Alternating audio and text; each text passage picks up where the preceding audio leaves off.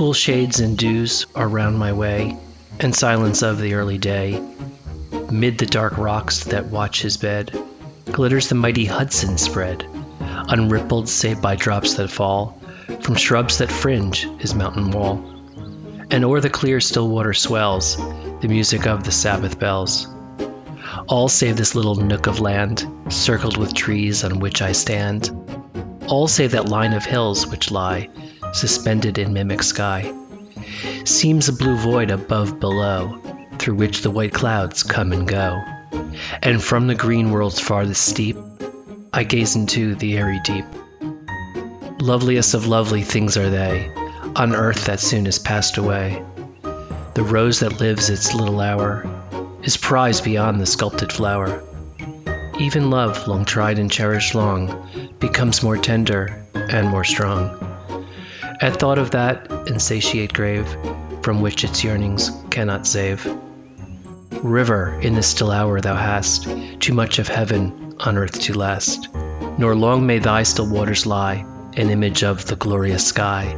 Thy fate and mine are not repose, and ere another evening close, thou to thy tides shalt turn again, and I to seek the crowd of men.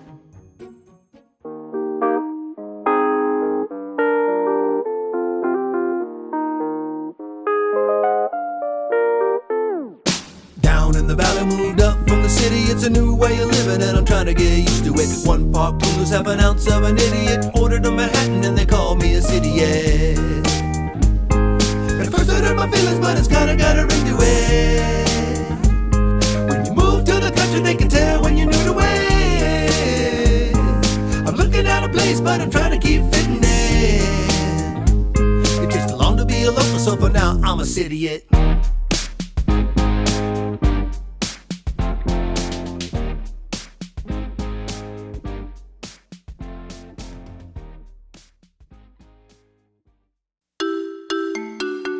I'm Matt Zucker, and this is City It, learning to live and love life in the Hudson Valley. The Hudson Valley has 10 different counties in it: Albany, Columbia, Dutchess, Greene, Orange, Putnam, Rensselaer, Rockland, Ulster, and Westchester. Some of them I barely know, spending most of my time in Dutchess, Columbia, and Ulster, and maybe a touch of Greene and Westchester. The towns are pretty different. The people and services are different. But what do we got in common? Our namesake river, of course.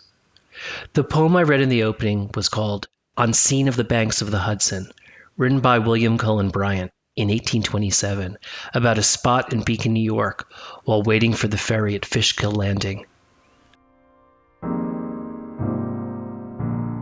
Bryant was friends with many of the Hudson River School painters, which I've occasionally talked about on the show. The river is the main character here, the protagonist, the muse, the crush, the source. I love the Hudson River and the geography and topography it creates. The Hudson shoots north like a central park, carving out an east and west side on their outer boroughs. Remember my episode about the Hudson River lighthouses, episode 50? Even had a guest historian send us a message to explain them. I thought it was a pretty clever episode, though maybe not, since if I look at my listener analytics, it didn't even make the top half of episodes. The Hudson River Maritime Museum is in Kingston, down in the roundabout area, yes, on the water. You can visit it or its website for more history than I can possibly give. And you don't need a historian to tell you this mighty river was basically the major highway in North America. It's fun to see the drawings, paintings, and photos, though, of the various sloops, sailboats, and steamships that have used it, and occasionally still do.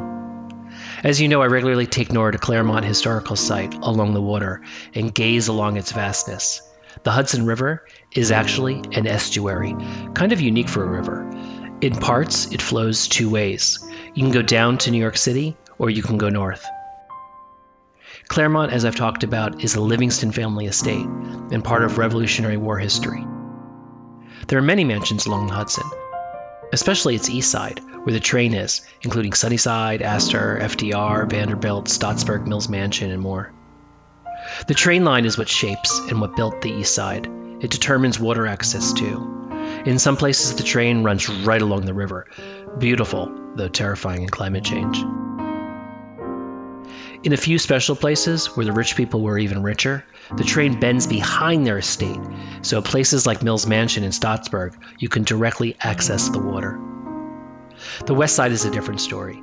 Easier boat access and more inlets, more rugged and less populated up north, until you really get down to Kingston and then New Paltz and Newburgh. From any vantage point, including from a window seat on the train where I am basically every other week, I find staring at the water does me good. I looked up the calming effects and found a few things that I wanted to share. First is the senses, sight, smell, and sound of the water. The sound, called pink noise, can help you sleep by reducing brain activity.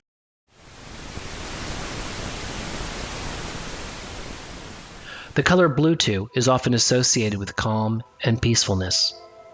The blue mind theory, in a piece in Esper I found, is the brainchild of Dr. Wallace Nichols, a marine biologist turned author.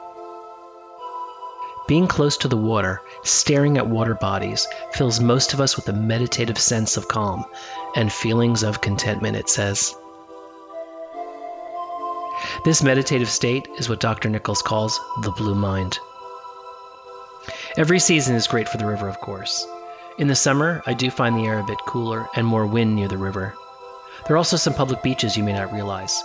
Kingston Point Beach, Croton Point Beach, Beacon River Pool, and Ulster Landing. You can book a sailboat like we've done with Tivoli Sail for a sunset cruise, or just take a ferry to visit a lighthouse. We combined a few of these one year and went on a historical guide on a sloop with Riverkeeper.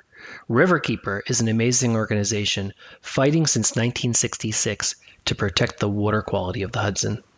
The Hudson is not a typical river by any means.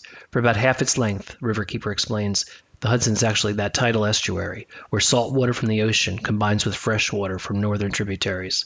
So you'll find the water, as I said, flows both ways. This is a good metaphor for living in the country. Things need to go both ways. Community, relationships, services. To get, you must give. And things go well as often as they can head south. There's surprising ripples that get you to hold on, and there are breathtaking views that make you feel just lucky to be here.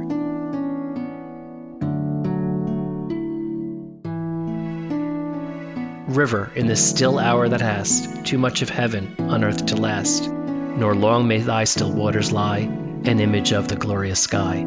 Thy fate and mine are not repose, and ere another evening close, thou to thy tide shalt turn again, and I to seek the crowd of men. Thank you for tuning in. Much more this season on City It. Come visit.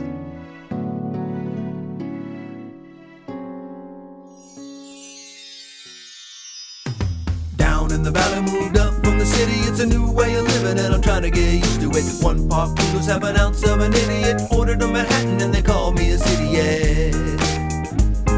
At first it hurt my feelings, but it's kinda got a ring to it.